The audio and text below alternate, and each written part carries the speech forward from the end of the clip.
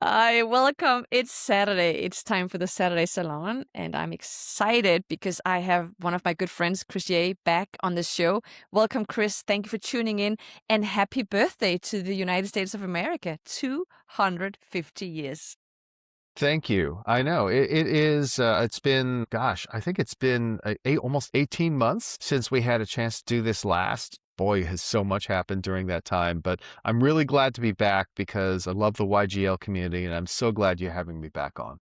We're so happy to have you. You know, Chris, let me just allow to make a brief introduction. Most people know who you are. You really do not need an introduction, but I'll just briefly give a little catch up for those who might not know you. So, Chris, you are a best-selling author for Blitzscaling, and we will talk much more about that. But you're also an incredible successful investor from Blitzscaling Ventures. And we will also get more into that later because what is a good startup?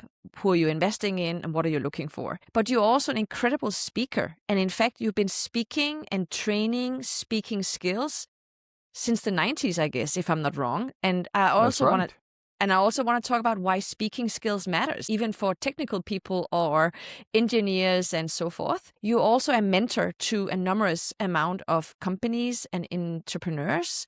In fact, you can't help yourself. If you meet someone that's incredible and amazing and you just want to be around, you can't help yourself. You just need to be a mentor for that person. Absolutely.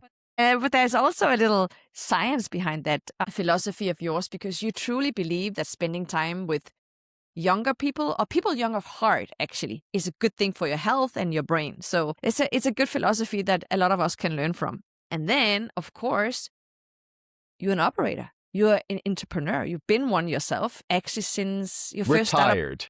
Okay. Your first startup. Retired entrepreneur. I think your first startup was in 95, if I'm not mistaken. So I started working on startups in 1995. I didn't start my first company until 1999. So it's only Okay. been 27 years. Okay, but 99 was an exciting year, but we will get back to that. And then, of course, back to your book, you are co-author with Reid Hoffman. Many of us know him because actually we're streaming live on one of his inventions, namely LinkedIn. Blitzscaling is a book that really explained how companies like Airbnb, Amazon, I guess, and many others, Alibaba, scaled quickly in the way they did and how they stayed innovative and keep reinventing themselves. We'll get back to that as well. And what else? Well, you have advised hundreds of companies, small startups to Fortune 500s, and everyone that is in your orbit can't help being optimistic on behalf of the future. And I think that's also a very, very great skill. In 24, you gave a TED Talk. It was 2 years ago, right? 3 years ago? It was. 2 years ago. Yes, I think it was. Yeah, it ended up being the end of 2024. So yes. Okay. Yeah, I thought so. And there you talked about the advantage of being in continuously keep learning. And I believe you referred to Steve Jobs that kept building cross-pollinating skills. And that's why he became also one of the reasons why he was so successful with his design and features and whatnot. But also not only why it's important to keep learning, that we all understand, but you're also putting the finger on something else that we don't talk too much about, Chris, and that is you also need to unlearn. Stop That's doing right. something. Yeah, that's not easy. You like speaking, creative writing. Your blog is awesome. You just published one today that we will talk a little bit about. And then you are a family person. Yes, You are a dad. I just recently celebrated. I was actually over in Europe for a week or two because my daughter, my youngest child, just graduated from college. And so we visited London and Amsterdam for her graduation trip. Oh my God, good places. Chris, it is so awesome to have you back. And I'm thinking, since US is turning 250 years today, you just published an essay. Talk to us a little bit about the future of this young lady. US, what's happening? What's in the card for her? Yes. So I think that, what I wrote about in my essay is this fundamental tension that has always existed between the two pillars that really form the basis of the United States. One is democracy and the other is capitalism. And this day and age, we hear a lot about the tension between them, right? We hear a lot about economic inequality. Meanwhile, we have folks like Peter Thiel saying, I don't think democracy is compatible with freedom. His definition of freedom, of course, is a little different than my definition of freedom. And it often feels like they're in opposition. And what I wrote about is the fact that, well, actually, they are in tension, but it is actually a productive tension, even though it's uncomfortable at times. And it's a tension that's existed as long as the United States of America has existed. The United States of America was established around the ideas of democracy. The founding fathers were reading the great philosophers, and they wanted to try something new. They wanted to create the first large-scale democracy, the world's first large-scale democratic nation. It had been tried before. Athens is often the one that people refer to. There was other forms of self-government, the canton system in Switzerland. But the United States of America was really the first time this was tried, and most people thought it would fail. We're 250 years in, so, as the saying goes, maybe it's still too early to tell, but it feels like it's working. But on the other hand, the founding fathers also established the nation for business reasons, economic reasons, capitalist reasons. Now, they didn't call it capitalism because, conveniently enough, Adam Smith's Wealth of Nations was only published in 1776. So in the very same year, we had the Wealth of Nations published, where the United States of America formed.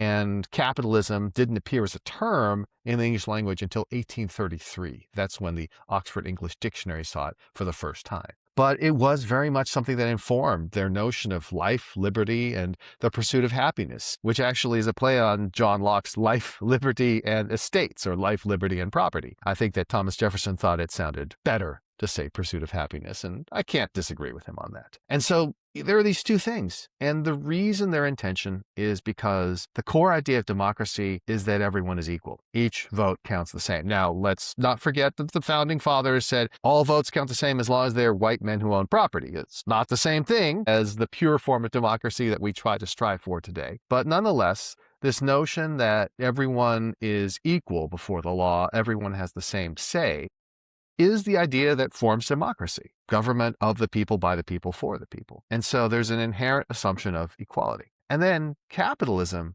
works because it's allocating resources to their highest potential use. And one of the natural effects of capitalism is the concentration of wealth. If you were good at allocating resources, you're good at using those resources, you're going to make money.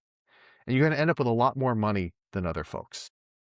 And the reason there's a tension is because democracy is all about this concept of equality, and capitalism is all about this concept of differentiation. And so when somebody who is viewing capitalism through the lens of democracy, they say, wow, this is a terrible system because it results in inequality. And if somebody who's a capitalist views democracy through the lens of capitalism, they say, wow, this is a terrible system because it's really bad at allocating resources. And so that's why there's a tension. But they're serving different functions. They're doing two different jobs. The job of capitalism is to make the nation wealthier, to create the prosperity that, when shared appropriately, makes everyone better off. And then the job of democracy is to make sure that society is legitimate, that's serving the needs of its members, and that the people who lead the country are accountable to its members. And those two things are different functions. Capitalism doesn't provide that legitimacy. Democracy doesn't provide that economic growth. And so we need both, even though, because at their core, they believe in two very different things, they're in tension. Well, I'm tuning in right now live from my summer house in Scandinavia. And it's fair to say it's the heart of democracy, I guess, right? Mm-hmm. But I've spent 10 years now in Silicon Valley, and I'm now an American citizen. It's my first birthday, 4th of July, as a citizen, so I'm proud of that too. I'm proud to have you as a fellow American citizen. Thank you. It was a big deal to do the oath, Chris. I got emotional, I got to tell you. So it's a big thing, and I'm very proud of that decision.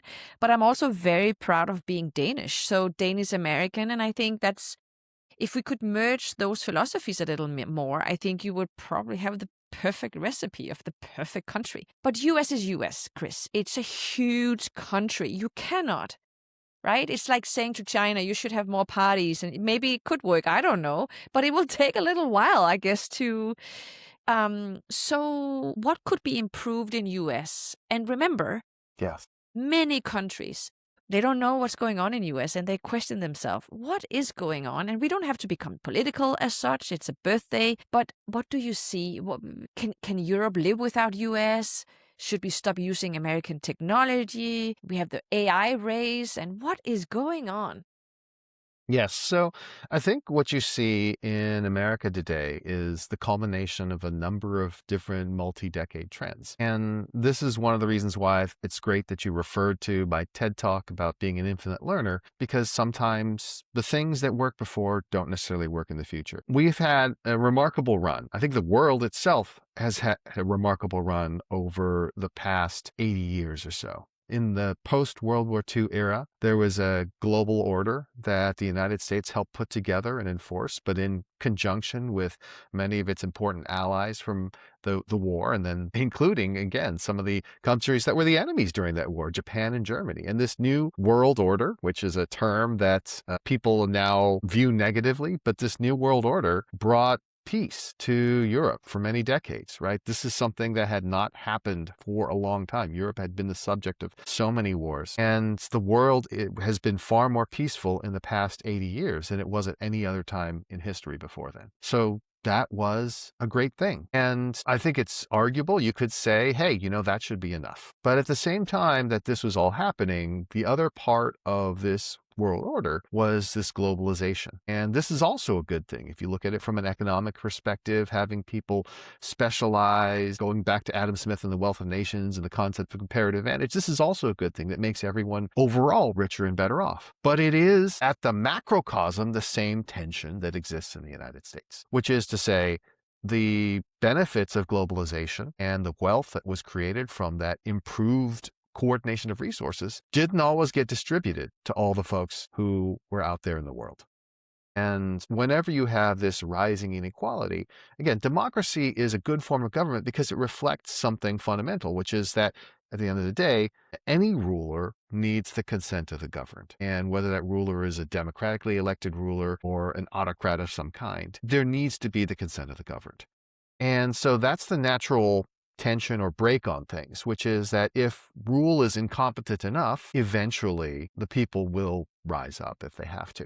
There will be change. Or somebody will recognize that the people are unhappy and offer that as an alternative, either way. And so what happened is the globalization of the world produced great results for a lot of folks, but there were regions and also populations within the countries that didn't benefit nearly as much. And if you look in the United States specifically, there's the area known as the Rust Belt, which were the previously industrialized states where most of that manufacturing moved overseas. And they went from a post-World War II era when somebody who simply graduated from what we in America call high school, other people might call it secondary education, at the age of 18, could go work in a factory and make enough money to buy a nice house, send their kids to college, and do all those things. That's no longer possible for the most part. And so people don't like having something taken away from them. They don't want to listen if you tell them this is the natural consequence and other people are better off and the nation is better off as a whole as a result. They simply know what's happened to their lives. And all over this world, we've seen the rise of populists on the left or the right, not just in the United States, not just in Europe, in all countries, as a response to this. Because in some sense, it's healthy because if people are dissatisfied, their voices want to be heard. They don't just want to be told, you're demographically irrelevant, you're going to die off someday, just go away quietly. And so what we really need for the United States, as well as around the world, is a better way of harnessing that populist discontent. In the United States, obviously, we've tried something over the past decade, which I have viewed as being negative. Ironically enough, it's also a reflection of the fact that, the people who have supported this movement often have not gotten what they wanted. They said they wanted lower prices, less inflation, more jobs, lower gas prices. They haven't got any of that. But people don't make decisions purely based on economic reasons, like Homo economicus, the human that makes every decision based on value maximization principles, doesn't exist. And, maybe there's going to be change in the future. There are elections coming up this year, midterm elections that will be very telling. There's another presidential election coming up in 2028. Where we need to go from here is pretty straightforward. We need to come up with a better answer for, hey, you know what? My way of life is going away. We need to have a better way of addressing people who are saying, I like things better the old days, rather than just saying, the old days ain't coming back. Good luck.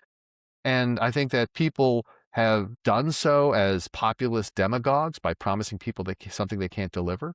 I think that people become disappointed with that. I think that the better answer is for leaders to rise who actually say, well, here's something we can try, or here's a way we can do this together. I'm always reminded of the great orator Winston Churchill during World War II, when in his very first speech after he's been made prime minister, because they have no idea what else to do, when everything looks like a disaster, tells the nation, I have nothing to offer you but blood, sweat, toil, and tears. And yet he led the United Kingdom to victory in World War II. Beautiful, Chris. I mean, wow, what a beginning of this live with a history lesson and also some deep thoughts. Thank you for that. And yes, I should tell everyone tuning in now that it's actually early morning for Chris. Not that early, but it's morning. So thank you for that. A great way to start the day. Thank you, Chris. Tell me AI, right? Yes. Everyone is discussing it. And I find, because I am moving all the time between Silicon Valley and Europe, but also China and the Middle East. And I was just in China, and everyone is building something with AI. Even the taxi driver, man, like everyone. China has gone all in, without question. No question. And their models are really fascinating. And then, of course, being an AI entrepreneur myself, living in Palo Alto, we talk everything we talk about, everything. Actually, Chris, my daughter was applying for middle school. She just graduated, but this is a long time ago, and she was applying for Castellea private school. And we were cleaning up, and I found the paper of her application, which she had to do herself. You know, they have this interview with those tiny small children and the teacher. And I found her paper, and she was asked, and this is many years ago, what are you excited about in the future? And she wrote, Chris, how AI is going to impact our future. This is like, so anyways, just to tell that the Silicon Valley area is beyond anything I've ever experienced. So AI is clearly part of the conversation and has been for quite some time. It's not a new conversation. But in Europe, I'm surprised how little we use AI, we talk about it and all of that. So are you a tech optimist, or are you more leaning towards the more skeptic, slightly negative approach to AI and how it's going to impact the way we work like Europe? Or are you more tuning into the Chinese version of let's just dive in and use it for everything and whatnot? What do you think? Is there a middle ground here? So I think there is. We mentioned briefly my co-author and friend Reid Hoffman, and he had another book that he wrote with my friend Greg Beato that came out last year called Super Agency. And they came up with a taxonomy that they felt like here's this middle way, because in AI, there are people who are known as doomers and there are people who are known as zoomers or accelerationists. And the doomers are the people who are like, it's going to kill us all. We got to call down airstrikes in the data centers before it's too late. And the zoomers are like, AI is everything. We're going to create God, live a life of plenty. Nobody will worry about money anymore. We'll be living in a Star Trek future. And what Reid and Greg argued is that there is more of a middle ground. That's not a gloomer or a doomer or a zoomer, but it's more of a bloomer that says, hey, you know what? This is an incredibly powerful tool that has the potential to really help us a lot if we think about the right way to apply it. And the analogy I often give to people is talking about how do you deal with AI with your kids? My kids are beyond this, but many of the people on this call, on this line who are watching right now, they have kids who are younger. They're going through the educational system. How should children be using AI? And my response is, the key is they need to use AI to develop understanding, not just get answers to questions. And this is the fundamental tension. AI is one of the greatest technologies ever for answering questions. You thought Google and Wikipedia made it easy to do book reports and essays? No, AI just writes it for you. And that's great in some sense, right? There was a lot of work that AI can do that, maybe didn't really help human beings who are doing it. But when it comes to learning, there's no substitute for actually learning this stuff. And using AI for everything for school is like having the answer key to the test. You're getting 100% every time, but have you learned anything? And that's the thing about AI. We have to understand, hey, just because we used to have everyone sit in a classroom and work with pencil and paper and not have any computers doesn't mean that was the best way to do it. That this notion that there's a golden age in the past when everything was better is foolish. But it's also the case that we can't say, well, this new technology, it's bound to be good and we should use it for everything. It's just the opposite side of the coin. And so helping people learn how to use AI as a research tool, using AI as a way to automate that which is tedious or dull, using AI to help gather information so that you can make better decisions. Those are all great uses of AI. Using AI to do everything for you. Using AI to, like, for example, over in my shoulder here, it's funny, this is something I even talked about during the last talk. I had written this book, like maybe the month before, on how to write a book with AI. And I let people connect with me on LinkedIn and gave it to them for free. By the way, if you got anybody who hasn't gotten a copy of this, you can get it on Amazon, but I'm happy to send you the PDF for free. Just connect to me on LinkedIn, mention that you're YGL. That'll probably show up anyways. I'm happy to send it to you. And we can even provide a link where everyone can download it later. But the point is, when this is not a book to tell you, here's 3 prompts you can use, and at the end of it, you have a book. No, it's about how do you use AI to help you? How do you use AI to help you research? How do you use AI perhaps to organize your thoughts? How do you use AI to write some of the boilerplate that is not you, that is not your essence, that is just, trying to get some necessary information across, but that the parts that really make a book yours, your own story, all the specifics from your own life, that's something that has to come from you. And so the power of AI is not as a substitute for humans. It's as a way to amplify what's already there. And that's the way we ultimately need to think about AI, as a tool for amplification, not just automation, not just replacement, but amplification.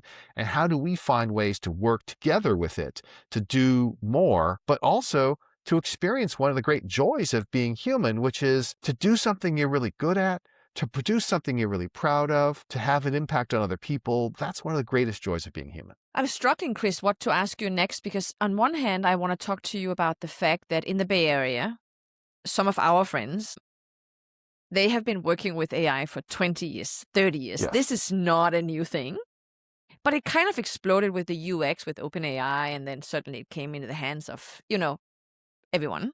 Yes. On the other hand, I am also curious to talk about entrepreneurship, because what I love about AI is that I'm not a technical founder. Right. I'm a technologist and I have a technical background, but I cannot program. It's unlike you. I don't know how to do that. Well, I don't know how to do that either.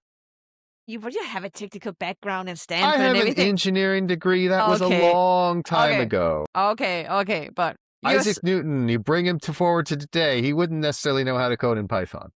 Okay. I give you more credit than you maybe should have for that, but I see you as a technical person, though. Thank you. Yeah, I do. And that's it's the glasses. The glasses help. And if you don't live, for you listening, if you don't live in the Bay Area, in Silicon Valley, you should know this. When you walk into a room and it's full of people, you really have a few hierarchy. You have one hierarchy, more or less. On the top, which is not normal in most countries, the entrepreneur is at the very top. Yes. If you're an entrepreneur, a founder of some kind, you are like celebrated for the risk you take and for everything else. And then you have, what do we have, Chris? Maybe the co-founder, the technical people working in startups, and then you have the investors, and then you have those who work for big tech, and then everyone else. Is that kind of the... Yeah, I think that if you're a big tech executive, you're like the CEO, C-suite level, that's also pretty high up. Okay, yeah, we can live with that. Satya Nadella or any of these, they come in, they don't say, Satya, you didn't start your own company. Get down to the kids' table. Yeah, he's amazing. I did spend some time with him 2 years ago. But Satya Nadella and people like him are also up there if they're in the room. But what I like about Silicon Valley is that if you are a founder, you are actually very high up there. You are celebrated. That's right. That's not at all the case in Europe. Not everywhere. Yes, that's right. But what I was thinking was, Chris, on one hand, AI is not new. That's an interesting conversation. I have a fly. I'm in the sunhouse. I see that. Yeah, I don't know. Well, it's on the... That's how we can tell it's not just a pure AI background. Yeah, I mean, I'm on a farm. What can I say? But here's the thing. Yeah, exactly. And, I actually I have started purposely just keep my spelling mistakes and not edit them out. So that people know it's not written by AI. Anyway, so what I was trying to say is that it's never been easy to do a startup, right? But I also heard an interview of yours from December, I believe, so a while back, and you said, I do think that we, within the next 10 years, you said, we'll have a $1 billion company with only maybe 1 or 2 employees that is purely AI driven.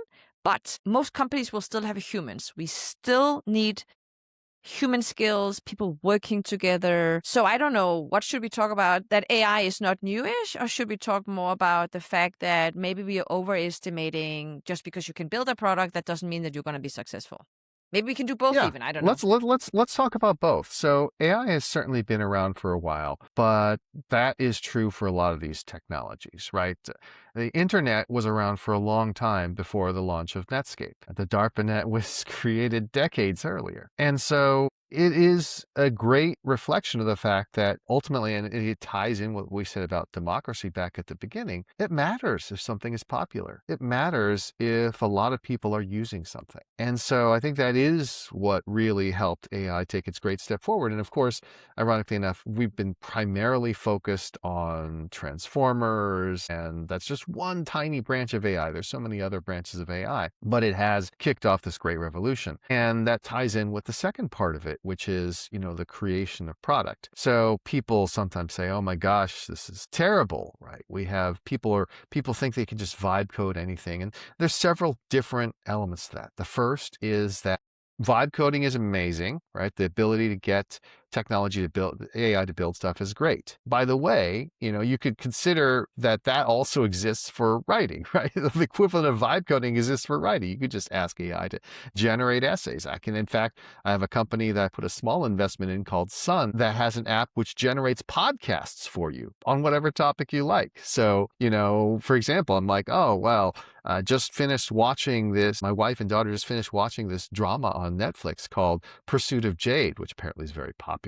Well, I was like, well, I would like to listen to a podcast about it to further my understanding. All right, well, let me just have AI create one for me, and I'll be able to listen to it in 15 minutes once it's done. So this notion of having AI as this thing that creates content, and again, code is just content, is pretty amazing. But it's also the case that, and again, I don't know why people don't understand this, that just creating it is not the same thing as creating good stuff. And so just like, now Amazon is overwhelmed with AI slop books that people have slapped together that aren't very good. People who vibe code without very clear ideas of where they're going, without any refinement, are going to create the equivalent of slop when it comes to apps and software and things like that. And so the problem with AI slop is not that AI enables people to create a lot of stuff quickly. That's actually a good thing, right? If we could just perform a thought experiment and say, what if we made it 100 times harder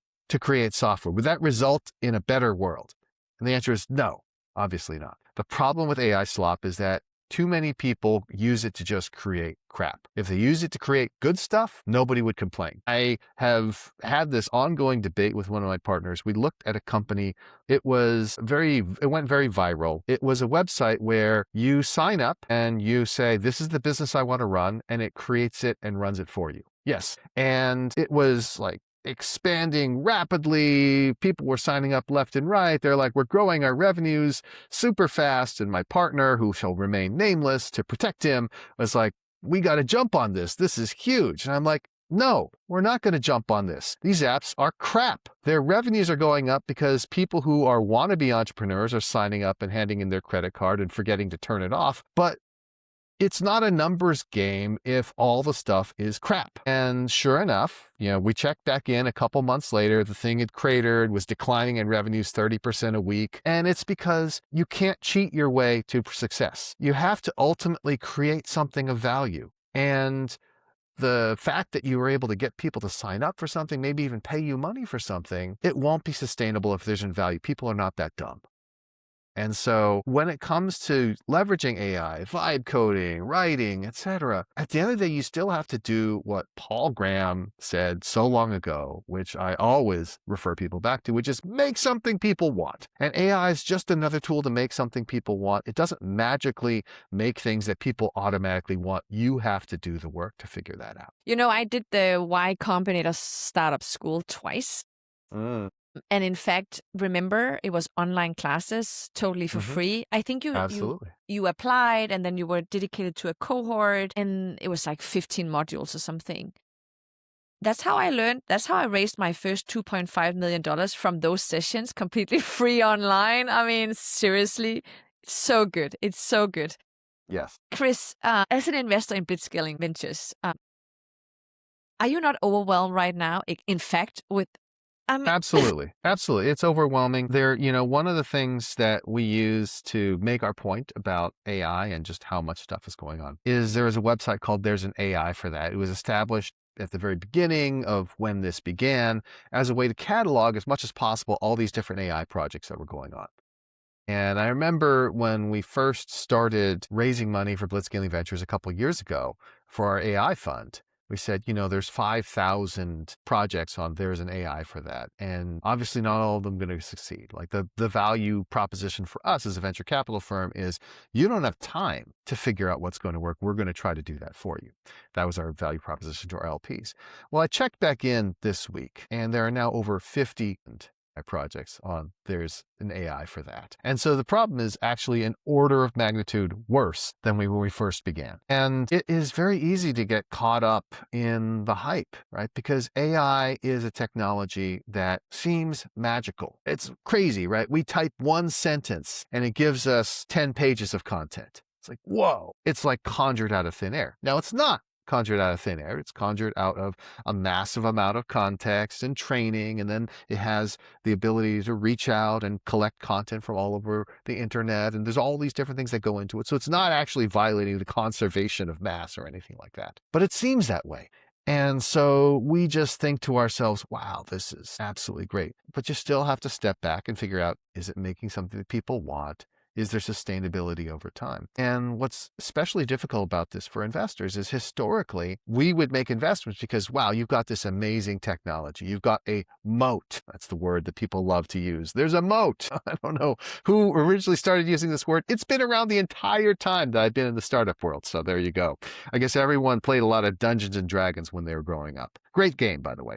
Anyways, the point is there is no technology moat for most startups. The technology, everyone's using the same core technologies. Maybe they're using a different model. They're using OpenAI, Anthropic, Google, Kimi, DeepSeek, whatever. They're using something. They're all pretty good. They fight it out on the leaderboards and like the tiniest little differences. And so as a result, you have to find your moat from somewhere else. And so there are a couple of ways that we like to look for moats. From a blitzscaling perspective, if there is an actual network effect, and by the way, the network effect could also involve AI and AI agents and the way they make their decisions, then that provides some sustainability. There is a reason why the technology industry has often had both de facto standards as well as de jure standards that have actually been established, because everything works better when we coordinate, when we can all agree this is the way we do things. And if you are one of the people who actually controls a de facto standard, that is going to be enormously powerful. So traditional network effects still apply. Sometimes the deep embedding within an organization can apply. Like if you build up over time this kind of deep knowledge and improved value, then you can have incredible stickiness with AI, right? AI can understand you better than you understand you, at which point it becomes very difficult for someone to come in and displace. But there's also a couple of other things that I think are moats. I think one moat is the moat of understanding the problem. One of the things that appeals to us a lot is founders who deeply understand a problem that it's not just something you can read about on Wikipedia for 5 minutes, say, okay, I get it. And this is a lesson that's cost us money, by the way. I mean, we have lost some money over the years making investments. Every investor has. And one of the reasons I told my guys, we are too arrogant, and I count myself in the same category. We look at this investment like, it's revolutionizing the grocery industry. Let's jump into this. And then we get into it and we're like, holy crap, this industry is a lot more complicated than it looks. It's not just a question of put some stuff on shelves. And so people who've actually taken the time to deeply understand the industry, either because they've worked there or because they've been able to do some real research and find some insights that other people don't understand. That's one of the things that we're really looking for. Understanding is something that confers that moat. Now, again, it may not be a unique moat, but it may not have to be if you're able to then tap into these other things. And the final one, and you mentioned being an infinite learner, I think that more and more, because of the power of AI, the increasingly determinative factor, the thing that we have to look for is the quality of the human. And I remember this because I was talking with one of the folks who was a seed investor in Cursor, which was sold for $60 billion. Great outcome. Congratulations. And I asked him, so how did you guys know that you should bet on this one? Because there were so many people going after the coding agent problem at the time. And again, as we know, it may not even be a durable success because Claude Code and Codex have come in, and it's unclear that Cursor will be able to maintain anything over the long term. But it doesn't matter. They got their money and they paved the way. They earned their money by showing what was possible, because ultimately Claude Code and Codex are fast followers of Cursor. And what he said was, we didn't know. We bet on this founder. We thought he was brilliant. He was doing something completely different. This is his fourth or fifth pivot after we gave him money. And thank God he found this. Chris, I think you're touching on so many important things in what you just said. Let me take it from the end. Yes. Pivots. In my company that is actually going through an exit right now, but it's not published right now, but we will keep our fingers crossed. I always tell people, listen, the due diligence isn't done until the wire hits the bank. Exactly. So we will not celebrate just yet, but we've been through that for a while now. But the thing is, I think we have pivoted so many times that each time I write an investor update, I'm like, guess what? And I felt so stupid at the end, but actually it's a good thing, Chris, right? Yeah. You know what? As an investor, I prefer an update saying, we've got a great new opportunity, to we're going to keep doing the same thing and pray that something changes. Yeah, but it's just, you just have to be volatile and just go with it. And if you do AI, you wake up in the morning, the whole entire thing you've been working on, you can just trash it and start over. And this is the thing, right? This is where the concept of unlearning comes in, because the lessons that made us successful in the past won't necessarily make us successful in the future. And it may be frustrating to folks, seeming flip-flopping back and forth, but you're just doing your best to actually stay current with what's actually working and what will work in the future. So, I mean, we can all recall we began with this notion of wrappers around models. And then people said, oh, these are thin wrappers. They're useless. They're no, and they came back around. I was like, actually, that's what everything is. And we got to have as many wrappers as possible. And I'm sure it's going to go back and forth multiple times. And on the one hand, you could say, no, there's one right answer. I know it. I'm sticking with it. And I'm like, great if you actually know that. But do you actually know that? Can you explain why your position is correct? If you're just taking a position to take a position to be contrarian or to seem like you are not a flip-flopper, then that doesn't impress me. I want people who are willing to say, here's what I used to believe. These are the things that changed. That's why I now believe this. That is not the mark of a flip-flopper and a bad politician. That's the mark of a good thinker and a better entrepreneur. Let's talk about being an entrepreneur, Chris. Now it's really sexy to be an entrepreneur, I find, just like being a chef now. That's also very sexy. Everyone wants to work in a kitchen. And yeah, it's because of the bear, and the bear, like, it was always the case that people liked the idea of a chef, this sort of commanding presence. But now because of the bear, people are like, oh my God. I know. But honestly, most chefs don't look like that, folks. I know, it's just such a lie. But tell me, Chris, when people come to me, at least they say, I want to be an entrepreneur. And full disclosure, I've been a VC-backed entrepreneur since 2020. Never been a VC-backed before. And it has been absolutely the worst and the best years of my life. The best, but also the worst years of my life. Totally. And I'm always trying to convince people not to become an entrepreneur because... That's right. I love my friends, and I don't think it's a healthy life, to be honest. Yes. I almost feel like I'm bipolar because in the morning I'm happy, and then I crash, and then I'm happy, and then I crash. It's so crazy. Yes. So let me give my mini lecture on entrepreneurship. There's really a couple of parts to it. Part number one is, first of all, let's talk about the fact that as an entrepreneur, the default state is failure. Right. So I often tell people, especially the folks on this call, you are remarkably smart, intelligent, capable, well-connected. And so I'm going to guess that you will be able to get venture backing for what you do. Now, that already puts you way out in front of most people, right? Of people who think they want to be entrepreneurs and who start down that path, the percentage that actually get to venture backing is minuscule. And so you've already gotten to the cream of the crop, so to speak.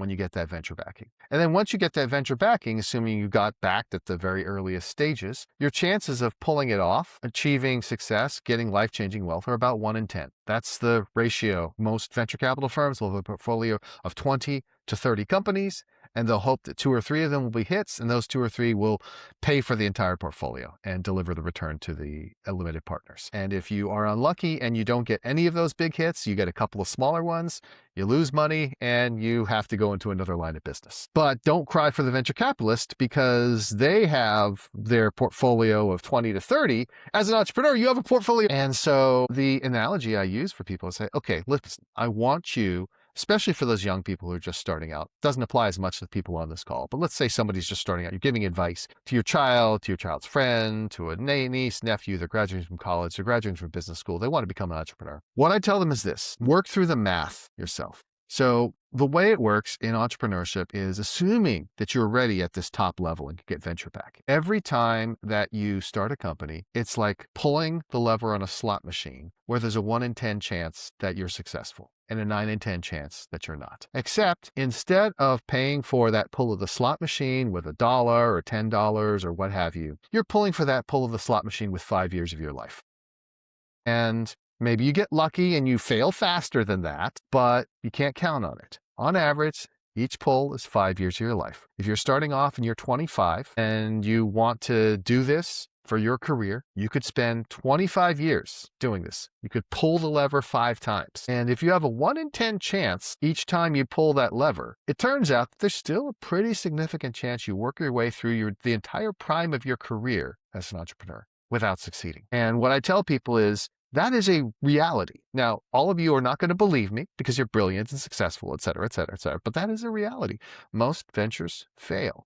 I have been lucky enough to have a couple of ventures succeed, but they're far outweighed by the number of failures that I had. It is only thanks to the fact that I live in this amazing place that allows you to fail and says, hey, one of my investors is like, you lost me $500,000. You must have learned something. Help me start something new. Chris, that is so true. That is so true.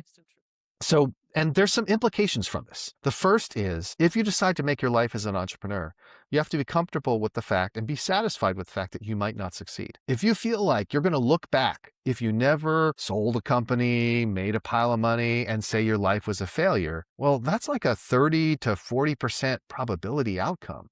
It's a terrible way to gamble with your life. You have to be willing to say, you know what, I want to do this, and I don't care if it never comes through for me. The second implication of this is, for you, and especially your family, you have to do it in a way that's responsible. Because if every time you're pulling the lever, you're not just paying with 5 years of your life, you're mortgaging your house, you're forcing your family to live in your parents' basement or what have you, again, you're making that choice.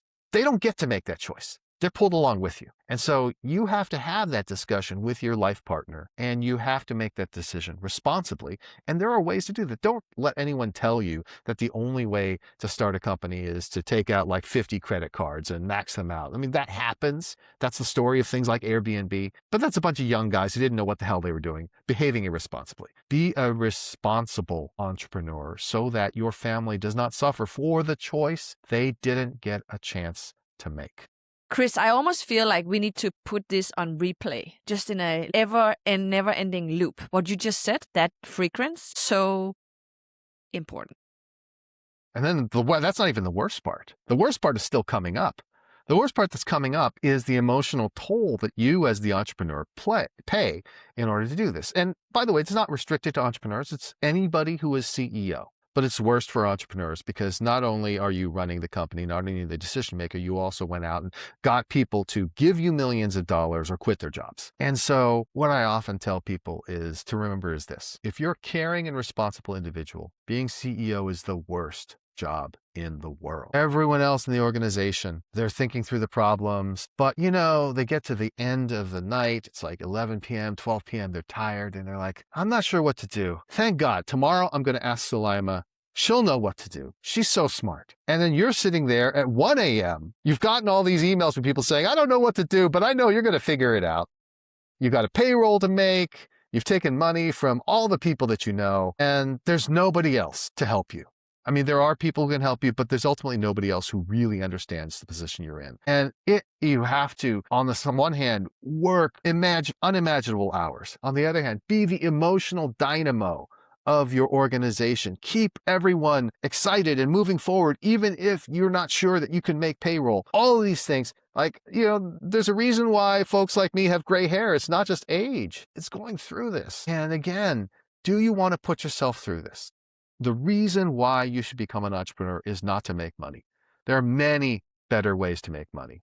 The reason to become an entrepreneur is not to become famous and have a lot of status. There are many easier ways to do that. The reason to become an entrepreneur is because you think the world should be different. And damn it, no one else is making that change happen, so you've got to do it. Damn it, why couldn't I just be a simple hedge fund manager? Or a simple executive at a large company? I got to do this? Crap. Okay, fine. I mean, Chris, you can tell by my face expression, everything you said is describing my life. So thank you for that. It's just so hilarious and sad and everything. But again, back to my point, these 6 years have been the worst, but also the best years. So it's like having an abusive boyfriend, really, that doesn't text you back, doesn't love you as much as you love him or her. And it's just the whole thing. But what you really, if you're open to the process and don't mind hard, it is a spiritual awakening also, because you have nothing left but your belief or hope and your ego, your pride, everything just takes a dip. And that's why the most important thing you can have in your life when you're an entrepreneur are people that you love, who love you, who don't care what happens to the company. Of course, they prefer that it succeed, but they love you for you. And whether that's your life partner, which is one of the most important choices you could ever make, whether it's your friends and family that you need to make time to spend with them, even though you have little enough time as it is. Building that network of people around you, sustaining yourself emotionally, spiritually, all those things is so essential, because otherwise the world will not stop asking you to work, to stress out, to do all these different things. There is an endless amount that you could do. And you have to take the time to eat, sleep, exercise, and derive that sort of soul nourishment from the people around. I met someone a few months ago and she said, "Oh gosh, what happened to you?" She was referring to my face, and I said, I'm an entrepreneur. What would you expect? Anyway, Chris, how do you I know we are coming up on time and it's 4th of July, so I don't want to. No worries. Okay. How do you spot a winner? I mean, I know you have a few thoughts on that, because listen, maybe you don't want to be the founder, or maybe you don't have an idea, but you can join a startup. That's true. What to look for? Absolutely true. So we described a number of the things earlier, which is to say, is there some sort of special insight into the market that other people don't have? We described the fact that, are there network effects? Is there something that's going to deliver long-term sustainability? And so those are all the things you should look for. And again, I mentioned looking for someone who's an infinite learner, someone who's willing to admit they're wrong and change, which is difficult because stubbornness is one of the things that helps people become entrepreneurs. They're crazy enough to believe it and they're stubborn to stick with it. And we love those stories where they stuck with it even when everyone else said to give up, and then they ultimately succeeded. And then I point out, yeah, but there's 1,000 people who stuck with it and rode it all the way down into the canyon. So be careful about that. But what I think people really need to look at in addition is the question, look, can this person convince people to join their cause? Ultimately, again, we talked earlier about how, yeah, there may be some billion-dollar companies with 2 employees and 50,000 AIs that they didn't have to recruit. Although in the future, maybe you will have to recruit AIs. That would be fascinating. But you need to convince people to join your cause. Nobody does this alone. Entrepreneurship is a team sport. And if you're considering joining a founder whom no one will join, that's probably a bad sign. Also, I am a big believer in the principle of how you spend your time should reflect what is important to you. And so if you're starting a company or you're joining a startup, you're going to be spending a lot of time with those people. It better be people that you like and respect and want to spend time with and want to learn from. Okay, good point. And what about Silicon Valley? Silicon Valley is still a great place to scale a company. You don't have to be here to start a company. It's a great place to start a company too, but what sets it apart is it's a great place to scale a company. Obviously, there could be issues around immigration and visas and things like that, which, are hopefully going to change in the future. But it remains the fact, for just the reason you described. We live in a world where so much is virtual, and yet so much of what's important happens in person. There's no greater concentration of entrepreneurs and investors than Silicon Valley. There's no other place in the world where the entrepreneur has as high a status and such a central position as Silicon Valley. I mean, it's like, hey, you know what? If you want to make movies, go to Hollywood. If you want to do finance, go to New York. If you want to do a startup, go to Silicon Valley. Because you want to be in the place that values what you do. You want to be the place where that's the dominant industry and where the chances that you're going to meet someone who can help you with your next project are higher than ever before. My daughter's very serious boyfriend just graduated from USC Film School, and I was watching one of his videos the other day talking about, was it worth it? And one of the reasons it's worth it is you're just around people all the time who are focused on the same things, who have the same kinds of dreams. You can reinforce each other, you can help each other, you can collaborate, and that's what Silicon Valley provides. It's not perfect, it's too expensive, it's got all sorts of problems as well, although we do our best to fix them, but it's still the best place to meet the folks who will help you build a world-changing company. I mean, I can only agree. 10 years in Silicon Valley for me, in Palo Alto specifically, San Francisco area is, I've never seen a place like that before. You said something about scaling also, Chris. So think about being an entrepreneur in US. Mm-hmm. By the time you have reached scale, you are superior to everything else. Because if you're in Europe and you have an idea, it takes so much longer to scale because given there's so many countries and markets, even though it's one market, being in US is easier, no? It is. Without question, it is. There are a few notable exceptions. The example that Reid and I often use is that it was actually easier for Spotify to get started in Sweden because in order to get the agreements from the record labels and the intellectual property holders, they were willing to play ball in Sweden because they're like, it's a small market. Give it a try. In the US, they would have been said, nope. Not a chance, go away. But that is one of the remarkable exceptions. Obviously, having a large domestic market is a huge benefit, which is why the United States is such a great market to expand from, which is why China is the home to so many valuable companies, which is why India is emerging, Japan, Korea. The world's largest economies just do better. I think that if you're a European entrepreneur, you can still absolutely succeed, but you need to start thinking global a lot earlier. Because if you're going to go through all the trouble of expanding into different countries, different cultures, different languages, you might as well do so into the largest markets in the world. You travel quite a bit. You said Japan yourself. I remember Yes. you were, and now you're going to the Nordics. What do they ask you about in Europe? What is the most usual question they ask you? More recently is what on earth happened in America?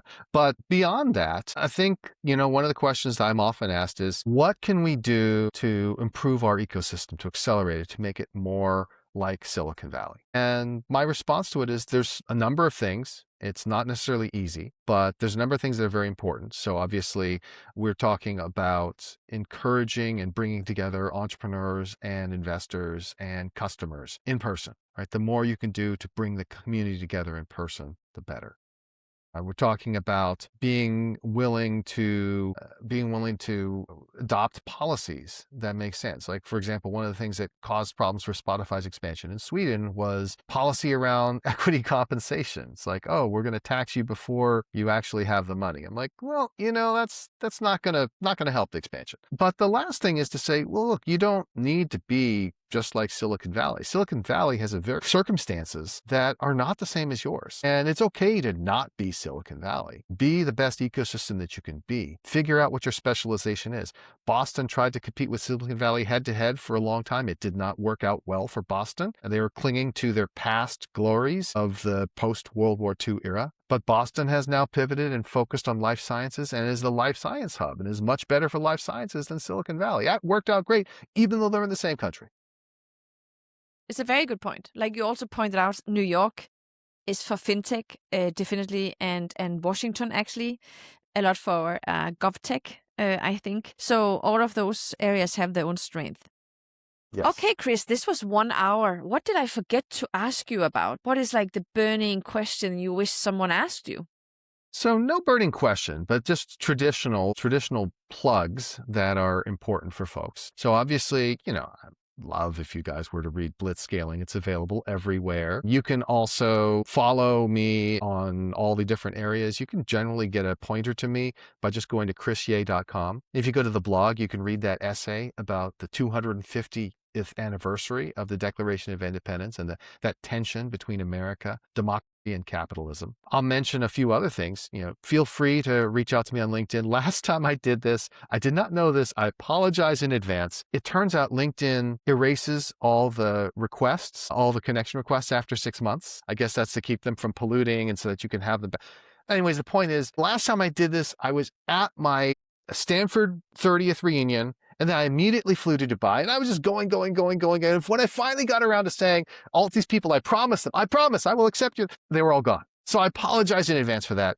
If you want to connect, I love the YGL community. Please feel free to do so on LinkedIn. I promise I will actually be looking at it now. I realize now the mistake I made, so that's A-okay. And that's important because I use LinkedIn as kind of my geographic database, so that when I am traveling around the world and I'm going to a city, I look up who's nearby. And I have actually done a number of in-person YGL gatherings, whether it was to have me speak or whether it was more of an informal thing. Love getting together with the best and brightest all over the world. Also, it means that if I reach out to you, I'm already going there for some reason. Maybe it's easier to have me come and speak at your company or whatever the case may be.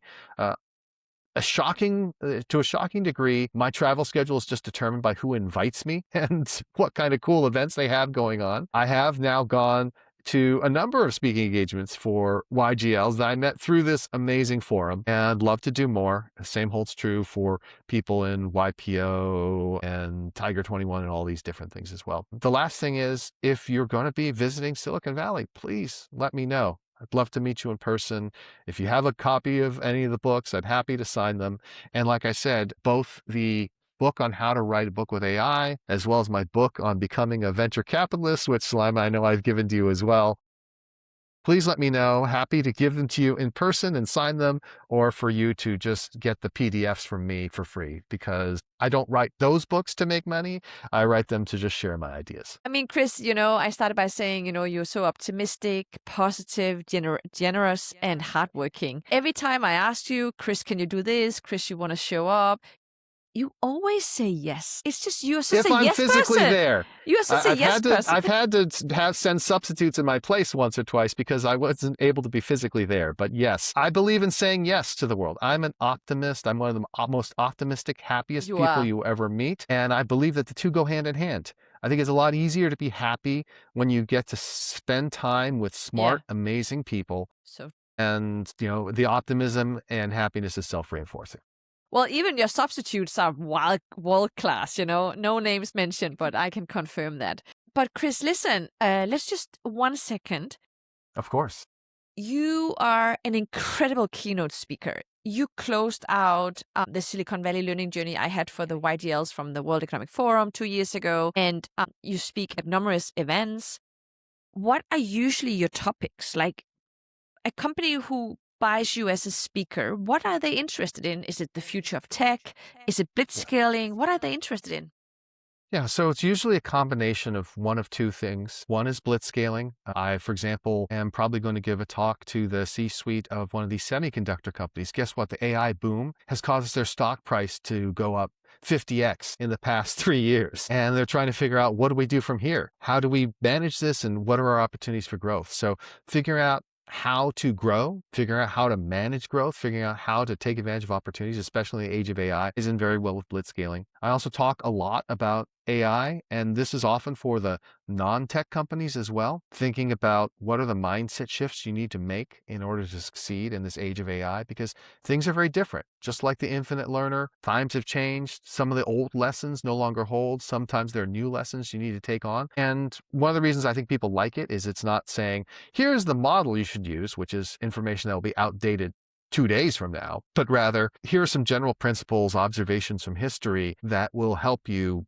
be more successful during this time. And then beyond that, it's whatever people want to talk about. I have a background in improv comedy, and I think one of the highlights for most people when I'm doing my speaking is the Q&A session, because, people can ask any question in the world about any topic. Just like today, we didn't do any preparation, didn't think I'd be delivering any sort of explanation of America and capitalism, but hey, you know what? I'd thought about this stuff in advance, and I'm always happy to share.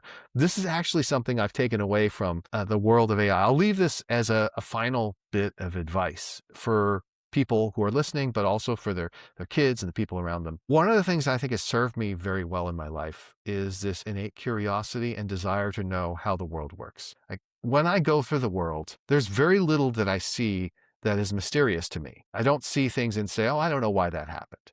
I usually know why it happened. I can explain through economics, through science, through other things, why things are the way they are. They may not be the way I like them to be, but I'm willing to engage with reality and figure out why it is what it is. And because of AI, I've come to realize that's actually a huge strength. If you think about AI, one of the biggest problems with AI is the hallucination, right? AI, this model, has taken in all this information, has this broad understanding of the world, which is amazing and incredible. It allows it to make stuff up as well.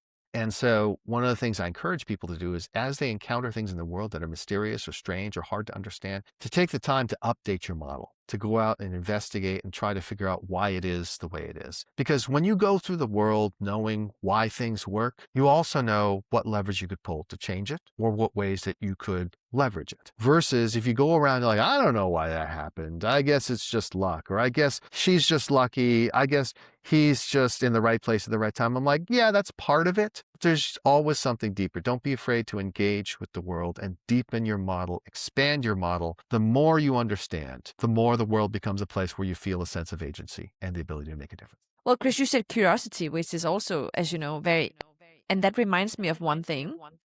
I was walking the streets of San Francisco a month ago with the founder of one of the most successful robotics company that we have that makes humanoids, right? Pretty crazy. They hopefully soon IPO, and it's a young founder. And we were walking to get a coffee, and he said every morning when he goes for that coffee, before he leaves the office, he says, what's going to be my wonder, like, what am I going to wonder about today? And he looks at the floor, the streets or up. Yeah. And San Francisco have weird stuff in the streets. Someone left something in the streets, or it's just a weird place in the best possible way. Yes. And then he sees something and he's like, oh, I was not expecting to see that today. And that actually trained his eye to be, and his mind to be more creative and open. And he says that little morning walking ritual has made him more creative. Such a small thing. I completely agree. And again, what he's doing is he is engaging with the world around him. And, we talk a lot about the world online, the world of bits, if you will, because they are so powerful. But never forget that we all live in the world of atoms, and whatever is around you has so much impact on you. We cannot abstract away that layer. It's not like, oh, no, that's just a foundational layer. We've abstracted away from it via API. We don't need to worry about it. You can't do that with real life. Engage with real life. And I love that. And I love your love for being in person and doing stuff in person. And Chris, listen, thank you so much for your time today. You are, as always, an incredible conversation partner. And I always feel so energized and encouraged and optimistic and happy after our conversations. So to be continued, and hopefully we can invite you back in, let's say, 6 months or so. What do you think? Absolutely. I'm always happy to come back. I love these conversations. I love spending time with you. Love the community. So thank you, everyone. And again, apologies for what happened last time with the LinkedIn connection requests. I feel really bad about that. I promise it won't happen again. Okay. Otherwise, we can't even call Reid anymore, right? Because he's not really... Well, he's not day to day, but it felt inappropriate to get Reid's help on that one. Okay. Well, okay. But thank you, Chris. I'm just going to close out. Everyone who's listening today live, we didn't give you much time to ask questions, but don't worry. If you have the questions, send them to me. I'll send them to Chris. And we can do a whole Q&A session next time. That's just like nothing but Q&A. It would be fun. It would go jumping around every topic. I think we should do that. And for the YDLs who did not get time to watch this today, I'll upload it in our library, and you can have that for the WEF YDLs only, of course. But anyway, thank you everyone for tuning in, and happy birthday, US, and stay safe for the fireworks. And if you're not in US, then maybe use today's session to reflect upon how you can take a little bit, tiny bit of the, if not the American spirit, but then at least the Silicon Valley spirit with you in your work and everyday life. Thank you so much for tuning in live today.